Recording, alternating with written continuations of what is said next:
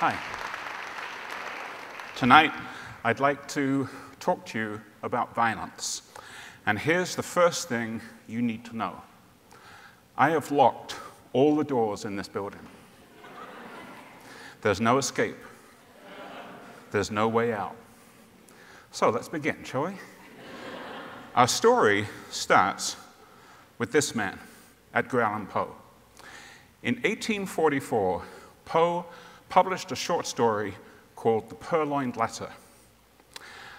It was the third and final of 3 stories that Poe wrote that all feature his famous amateur detective, Auguste Dupin. As the story's title implies, the subject of the story is a stolen letter. The prefect of the Paris police cannot find it, even though he knows it was stolen by the Minister D, and he knows that the letter must be in the minister's apartment. When he asks Dupin to find the letter, Dupin finds it immediately. How? Because he knows the minister is so cunning, he would never hide the letter in any of the places people ordinarily hide things. Instead, he does something different. He hides it in plain sight. Now, I begin with this story because I want to argue that violence in American life today is exactly like Poe's Purloined Letter. It's right in front of us, but we can't see it. We're surrounded by violence in our popular culture, in the news media, everywhere we look. We may be fascinated by it, we may be scared of it, sometimes both, but we don't understand it. This is where we need to take a lesson from Poe's detective. We need to look at violence from a different point of view, and then it will come into focus. To demonstrate this point, we need to go back to the Puritans. Now, I know that seems counterintuitive because surely the Puritans had their minds fixed so firmly on what it took to get to heaven that they wouldn't be interested in violence. In fact, the Puritans were just as fascinated by violence as we are today. And we know this because the largest gatherings of people in the colonial era happened when people got together to watch public executions. Puritan ministers took the opportunity to address such large numbers of people to preach sermons, telling the audience how to understand the demise of the criminal. And when these sermons were subsequently published, they became very popular and very influential. As you can see from this example, published in 1675, the message of the sermon is spelled out very clearly by the title. And at the bottom of the page, there are biblical passages that are designed to drive the message home even more firmly. Now, we can learn 2 lessons from the crowds of people that attended executions during the Puritan era. First, there has never been a golden age of American history where violence has not taken place or where we haven't been fascinated by violence. So we need to give up on the golden age idea and instead focus on what's happening today. The second lesson to draw is to think that when those people were watching the executions and listening to the ministers and deciding how to understand the deaths of these criminals, they were also gaining a sense of what defined their community, what defined their connections with each other, what defined their values. To put it another way, we all know that violence can destroy communities, but the Puritan era tells us that it can also build community. Now, you can see exactly the same thing happening if we now fast forward to the 19th century and look at the rise of the popular press. Believe it or not, at one time, the American newspapers did not routinely cover crime and murder, partly out of a sense of delicacy and restraint. It might be worth repeating that. At one time, American newspapers were governed by a sense of delicacy and restraint. That all changed in the 1830s with the rise of the penny press. During this time, coverage of murder exploded, thanks in part to highly marketable crimes like the murder of prostitute Helen Jewett in 1836 and of shopgirl Mary Rogers in 1841. Now, as you can imagine, the publishers and the editors of these newspapers came in for a lot of criticism because of the lurid, sensational way in which they covered these crimes. But they defended themselves by saying, we are performing a public service. What service?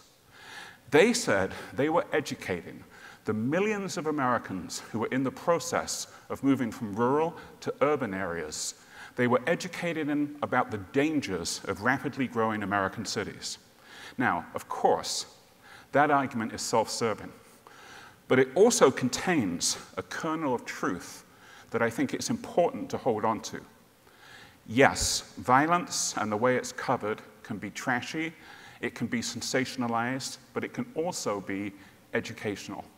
It can teach us about ourselves, about the people around us, and about our society as a whole.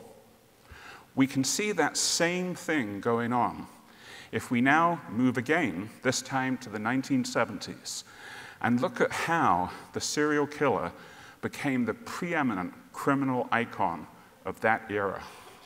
In many ways, that process begins with this man, Ted Bundy, who in the late 1970s and early 1980s became the public face of serial murder, a crime that at the time was described by the FBI and the media of being of epidemic proportions. Bundy was convicted of dozens of assaults, rapes, and murders in 4 different states. Some people believe he may have murdered hundreds of women during a 10-year period. The profile of the serial killer rose even more after the publication of Thomas Harris's famous novel, The Silence of the Lambs. And then more again when the even more famous film adaptation directed by Jonathan Demme appeared, starring Anthony Hopkins in an unforgettable performance as Hannibal Lecter. We can learn a great deal about American culture by thinking about how and why the serial killer became a celebrity. And I would make that same argument about the more extreme aspects of that same phenomenon. Take, for example, Murderabilia. Murderabilia refers to the online sale of artwork and the personal effects of incarcerated serial killers. If you visit a website like murderauction.com, you can purchase a wide range of objects, including paintings, drawings, letters, even hair clippings and fingernail clippings. But perhaps one of the most controversial items of Murderabilia is this.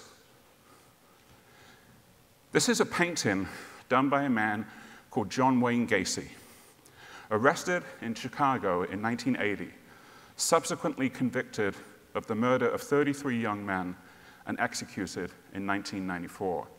In his years on death row, he did a large number of paintings, some of Disney characters and some of clowns.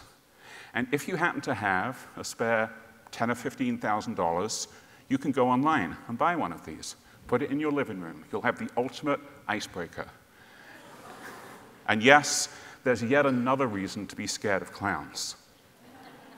Now, obviously, Murderabilia is an extreme and controversial example of violence in popular culture. And for that reason, most people are happy simply to condemn it. Why? Because we don't want to think too much about what it means that men like Ted Bundy and John Wayne Gacy can become famous. But remember Poe's detective. It's precisely at the moment when we are most tempted to look away, to bury our head in the sand, to pull the wool over our own eyes. That's when we need to look at violence more closely than ever. Why? One word: fear.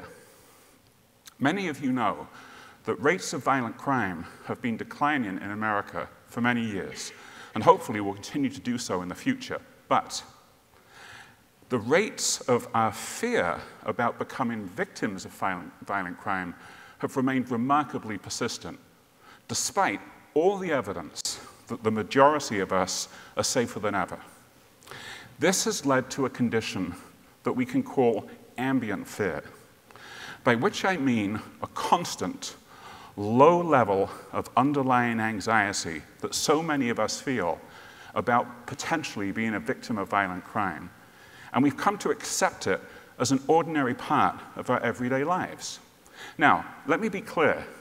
I'm not discounting fear entirely. There are some circumstances in which fear and caution are entirely appropriate.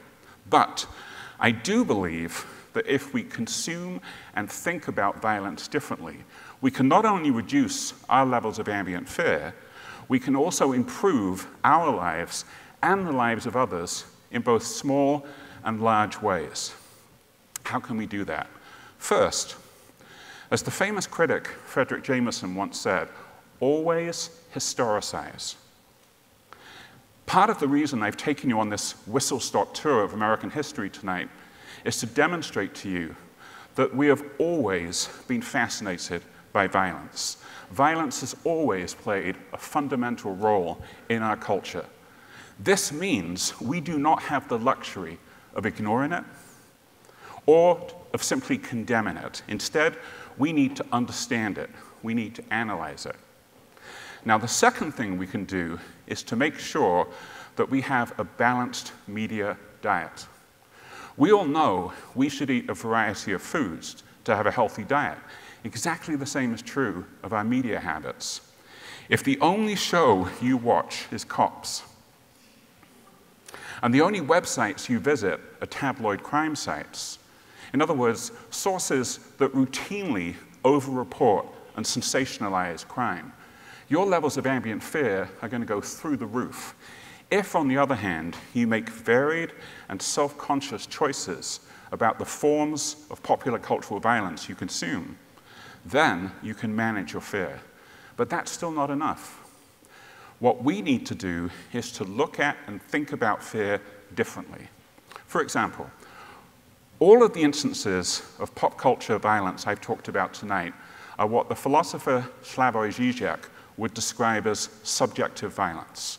And by that he means violence that we can see very easily because it's so visual. What we need to do is learn how to see what Žižek goes on to describe as objective violence. That is the kind of violence that is more difficult to visualize. I'm talking about poverty, about racism, about climate change. These things may not be as visual as murder, but they are just as, if not more, dangerous to our culture. And perhaps it's those things we should be worried about. But that's still not enough. We need not only to identify the sources of violence, but also do something about them, to transform fear into action. There are various things we can do. We can resist the gentrification of our cities. We can reject the politics of fear and hatred by welcoming refugees and immigrants as they begin their new lives in America. And we can protect our environment. Whatever we do, the point is we are identifying the source of violence, we are pushing back against it by forming connections with others, and we are transforming ourselves into agents of change. And that, I believe, is the most effective response to the violence that continues to be at the heart of American life. Thank you.